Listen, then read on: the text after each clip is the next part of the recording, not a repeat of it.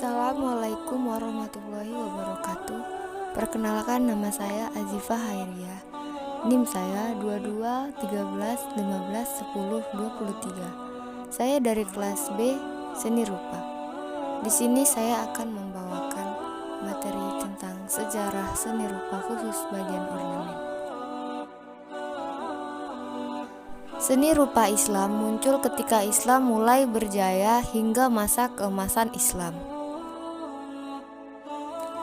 Muhammad Abdul Jabbar Bek dalam Rizali 2012 halaman 3 mengemukakan bahwa suatu seni menjadi islami jika hasil seni itu mengungkapkan pandangan hidup kaum muslimin,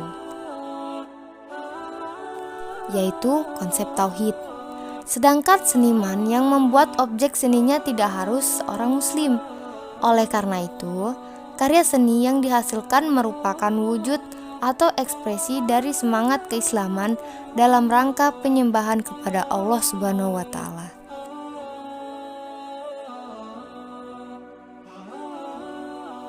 Perkembangan penyebaran Islam di Indonesia menyebabkan terbentuknya akulturasi budaya sehingga menimbulkan karya seni dengan gaya berbeda. Dan diantaranya terdapat ornamen. Sebagian besar ornamen Islam diambil dari bentuk-bentuk geometris, tanaman, dan bentuk-bentuk abstrak. Makhluk hidup jarang sekali ditemukan dalam ornamen Islam, karena di dalam agama Islam terdapat larangan menggambar makhluk hidup.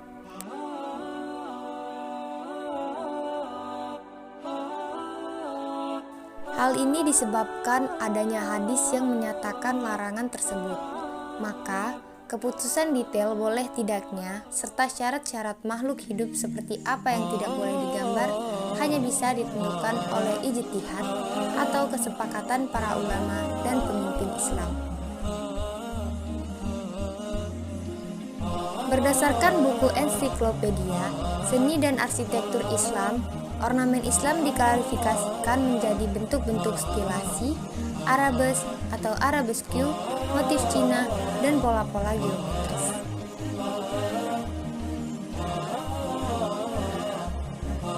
Yang pertama terdapat bentuk-bentuk yang distilasi, merupakan bentuk-bentuk yang disederhanakan dan digayakan dari objek-objek tertentu.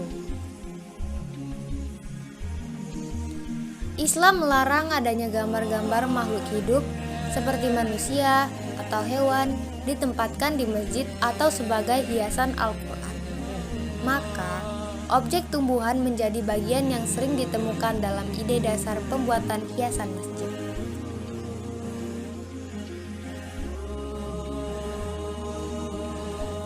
Yang kedua terdapat arabes. Arabes atau arabesque merupakan bentuk-bentuk yang sangat terkait dengan seni Islam. Bentuk arabes mengambil pola-pola daun yang tersusun atas cabang-cabang berbentuk huruf S dan tersusun rapat.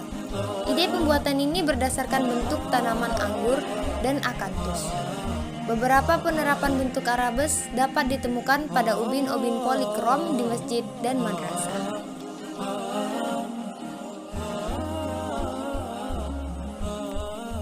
Setelah itu terdapat motif Cina. Motif Cina adalah hasil dari pengaruh dan akulturasi budaya Cina dengan Islam.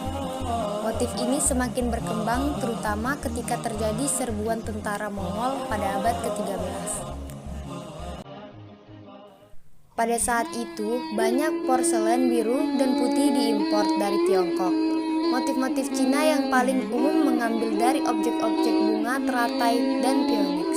Selain itu, pengaruh hewan-hewan mitos juga mulai bermunculan seperti adanya naga.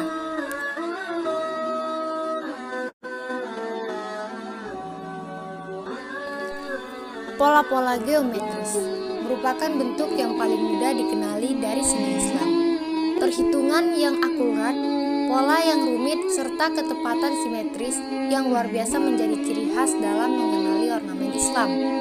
Desain luar biasa ini dapat ditemukan pada arsitektur masjid, madrasah, hiasan Al-Quran, tekstil, dan masih banyak lagi.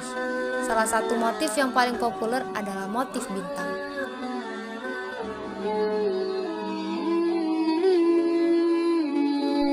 Ornamen motif flora.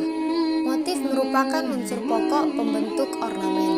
Motif adalah bentuk dasar yang diubah atau disederhanakan menjadi sebuah ornamen. Melalui motif, tema atau ide dasar sebuah ornamen dapat dikenali sebab perwujudan motif umumnya merupakan gubahan atas bentuk-bentuk di alam atau sebagai representasi alam yang kasat mata.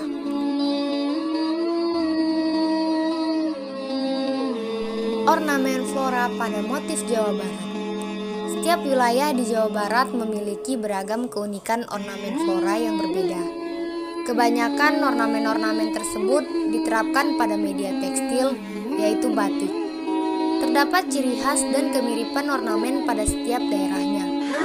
Hal ini dikarenakan faktor sosial, budaya, falsafah hidup, adat istiadat, dan pengaruh-pengaruh lain yang mendukung terbentuknya ornamen tersebut. Mungkin sampai di sini saja yang dapat saya sampaikan mengenai sejarah seni rupa khusus bagian ornamen. Lebih dan kurangnya saya minta maaf. Sekian dan terima kasih. Assalamualaikum warahmatullahi wabarakatuh.